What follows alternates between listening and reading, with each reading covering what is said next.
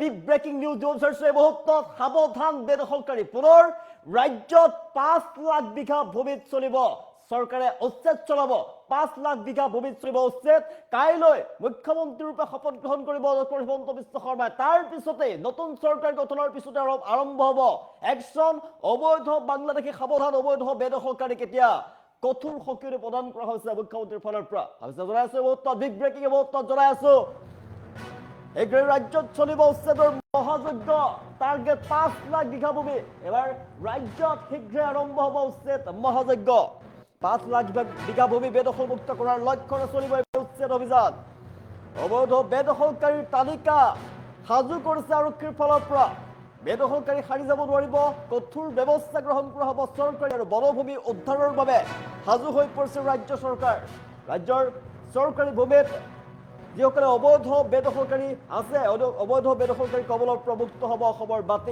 অসমৰ মাটি অবৈধ দখলৰ প্ৰমুক্ত হ'ব চৰকাৰ গঠনৰ পিছতে বাংলাদেশীৰ ওপৰত লোৱা হ'ব ব্যৱস্থা এটা এটাকৈ চিনাক্ত হোৱা বাংলাদেশীক বিতৰণ কৰা হ'ব হুংকাৰ প্ৰদান কৰিছে ডক্টৰ হিমন্ত বিশ্ব শৰ্মাই কাইলৈ শপত গ্ৰহণ কৰিব খানাপাৰাত শপত গ্ৰহণ কৰিব মুখ্যমন্ত্ৰী হিচাপে ডক্টৰ হিমন্ত বিশ্ব শৰ্মাই বিজেপি মিত্ৰজোঁটৰ চৰকাৰ গঠন কৰাৰ পাছতে একচন আৰম্ভ হ'ব অবৈধ বিদেশীৰ বিৰুদ্ধে অবৈধ বেদখলকাৰীৰ বিৰুদ্ধে একচন আৰম্ভ হ'ব আৰু 5 লাখ বিঘা ভূমিত চলিব এবাৰ উচ্ছেদ অভিযান 55 লাখ বিঘা ভূমি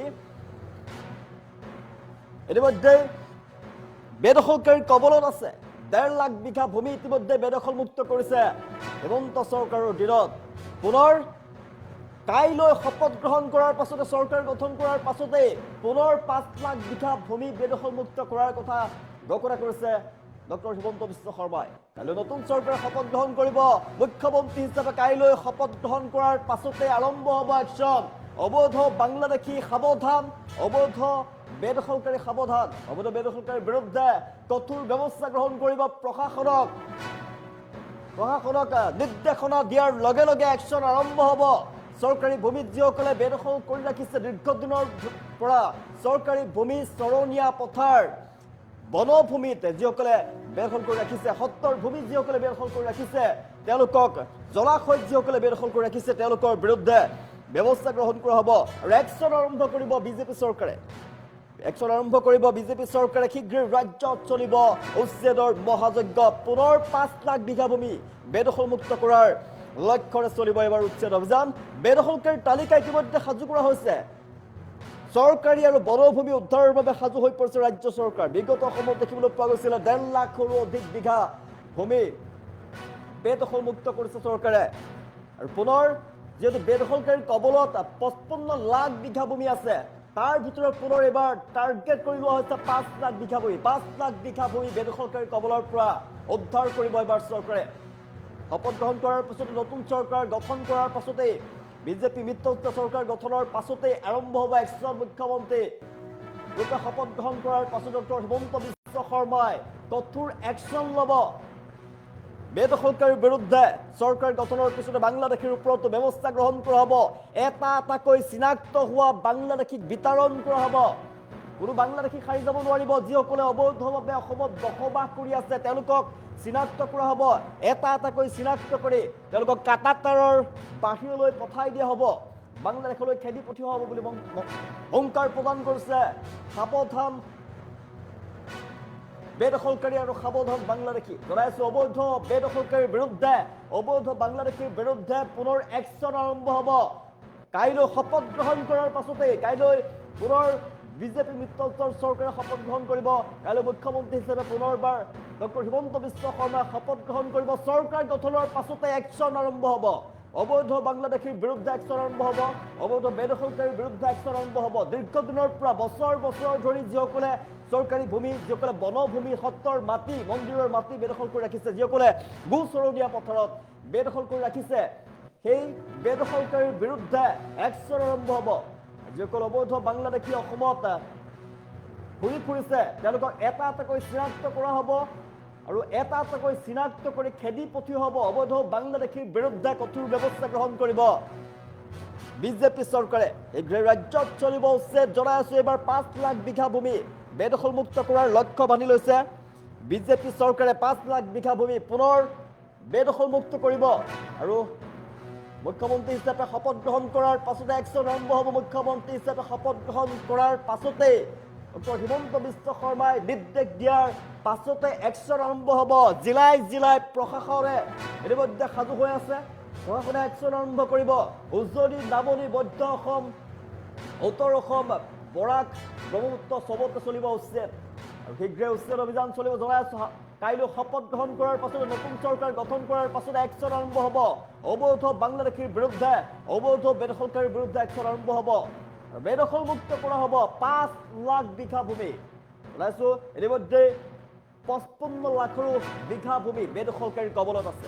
অসমৰ জলাশয়, অসমৰ বনভূমি, অসমৰ গোচৰণীয়া পথাৰ, সত্ৰৰ মাটি বেদখলকাৰীৰ কবলত আছে। দীৰ্ঘদিনৰ পৰা অসমৰ যি খিলঞ্জীয়াৰ, অসমৰ মানুহৰ যি ভূমি, অসমৰ খিলঞ্জীয়া ভূমিপুত্ৰৰ যি ভূমি, সেই ভূমিত অধিগ্ৰহণ কৰিছে, আমাৰ মাতে অধিগ্ৰহণ কৰিছে বেদখলকাৰীয়ে, বাংলাদেশী বেদখলকাৰীয়ে অধিগ্ৰহণ কৰিছে আৰু কঠোৰ সকিয়নি প্ৰদান কৰা হৈছে। মুখ্যমন্ত্ৰীৰূপে শপত গ্ৰহণ কৰাৰ পাছতে একশ্যন আৰম্ভ কৰিব ডক্টৰ হিমন্ত বিশ্ব শৰ্মাই। কঠোৰ ব্যৱস্থা গ্ৰহণ কৰিব।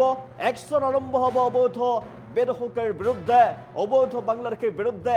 এটা এটাকৈ চিনাক্ত হোৱা বাংলাদেশীক বিতৰণ কৰা হ'ব। অসমৰ পৰা উলিয়াই পঠিওৱা হ'ব বাংলাদেশীক। কোনো সাৰি যাব নোৱাৰিব। এটা এটাকৈ চিনাক্ত কৰি বাংলাদেশীক বিতৰণ কৰাৰ কথা ইতিমধ্যে ঘোষণা কৰিছে ডক্টৰ হিমন্ত বিশ্ব শৰ্মাই। চৰকাৰ গঠনৰ পিছতে বাংলাদেশীৰ ওপৰত ব্যৱস্থা গ্ৰহণ কৰা হ'ব। কঠোৰ বিজেপি চৰকাৰ অবৈধ বাংলাদেশীৰ বিৰুদ্ধে, অবৈধ বেদখলকাৰীৰ বিৰুদ্ধে কঠোৰ বিজেপি চৰকাৰ। চৰকাৰ গঠনৰ পাছতে বাংলাদেশীৰ ওপৰত ব্যৱস্থা গ্ৰহণ কৰা হ'ব। কাইলৈ শপত গ্ৰহণ অনুষ্ঠান খানাপাৰাত কাইলৈ শপত গ্ৰহণ কৰিব। নতুনকৈ শপত গ্ৰহণ কৰিব। কাইলৈ শপত গ্ৰহণ কৰিব ডক্টৰ হিমন্ত বিশ্ব শৰ্মাই। পুনৰ মুখ্যমন্ত্ৰী হিচাপে শপত গ্ৰহণ কৰিব আৰু তেওঁৰ মন্ত্ৰীসভা গঠন হোৱাৰ পিছতে একশ্যন আৰম্ভ হ'ব। সাজু হৈ আছে প্ৰশাসন আৰু মুখ্যমন্ত্ৰীয়ে নিৰ্দেশ দিয়াৰ পাছতে একশ্যন আৰম্ভ কৰিব। মুখ্যমন্ত্ৰীৰ ৰূপে শপত গ্ৰহণ কৰাৰ পাছতে একশ্যন আৰম্ভ কৰিব ডক্টৰ হিমন্ত বিশ্ব শৰ্মাই। অবৈধ বাংলাদেশীৰ বিৰুদ্ধে, অবৈধ বেদখলকাৰীৰ বিৰুদ্ধে এটা এটাকৈ চিনাক্ত কৰি বাংলাদেশীক বিতৰণ কৰা হ'ব। বাংলাদেশী সাৰি যাব নোৱাৰিব। যিসকলে অবৈধভাৱে বসবাস কৰি আছে অসমত, তেওঁলোকে সাৰি যাব নোৱাৰিব।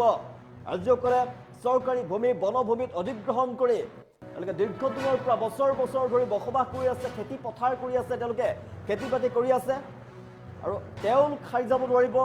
যদিহে সেই ঠাই তেওঁলোকে ত্যাগ নকৰে তেনেহ'লে প্ৰশাসনৰ ফালৰ পৰা উচ্ছেদ অভিযান চলোৱা হ'ব। তেওঁলোকৰ খেতি পথাৰত, তেওঁলোকৰ বাসগৃহত প্ৰশাসনৰ বুলডোজাৰ চলিব। বুলডোজাৰে ভাঙি পেলোৱা হ'ব তেওঁলোকৰ বাসগৃহ, তেওঁলোকৰ খেতি পথাৰ তহিলং কৰি পেলোৱা হ'ব, উচ্ছেদ চলোৱা হ'ব। কঠোৰ বিজেপি চৰকাৰ শপত গ্ৰহণ কৰাৰ পাছতে কাইলৈ 12 মে'ত শপত গ্ৰহণ অনুষ্ঠান। কাইলৈ মুখ্যমন্ত্ৰীৰূপে শপত গ্ৰহণ কৰাৰ পাছৰে পৰা একশ্যন আৰম্ভ হ'ব। কঠোৰ বিজেপি চৰকাৰ। কোনো সাৰি যাব নোৱাৰিব। অবৈধ বাংলাদেশী, অবৈধ বেদখলকাৰী সাৰি যাব নোৱাৰিব। এটা এটাকৈ চিনাক্ত কৰি বাংলাদেশীক বিতৰণ কৰা হ'ব। অসমৰ পৰা খেদি পঠিওৱা হ'ব। হুংকাৰ প্ৰদান কৰিছে ডক্টৰ হিমন্ত বিশ্ব শৰ্মাই। বিগত সময়ত দেখিবলৈ পোৱা গৈছিল বাংলাদেশীৰ বিৰুদ্ধে সৰব হৈ পৰা দেখিবলৈ পোৱা গৈছিল বিজেপি চৰকাৰক বাংলাদেশী ইতিমধ্যে আৰু অবৈধ বেদখলকাৰীৰ বিৰুদ্ধে সৰব হৈ পৰা দেখিবলৈ পোৱা গৈছিল। ইতিমধ্যে 1.5 লাখ বিঘা ভূমি বেদখলমুক্ত কৰা হৈছে। পুনৰ এবাৰ 5 লাখ বিঘা ভূমিত উচ্ছেদ অভিযান চলিব। চৰকাৰে বেদখলমুক্ত কৰিব। বেদখলকাৰীৰ কবলত পৰি 55 লাখ বিঘা ভূমি বেদখলকাৰীৰ কবলত আছে। তাৰে 5 লাখ বিঘা ভূমিত পুনৰ উচ্ছেদ অভিযান চলাব চৰকাৰে। সাৰি যাব নোৱাৰিব বেদখলকাৰীৰ বিৰুদ্ধে কঠোৰ ব্যৱস্থা গ্ৰহণ কৰিব চৰকাৰৰ ফালৰ পৰা।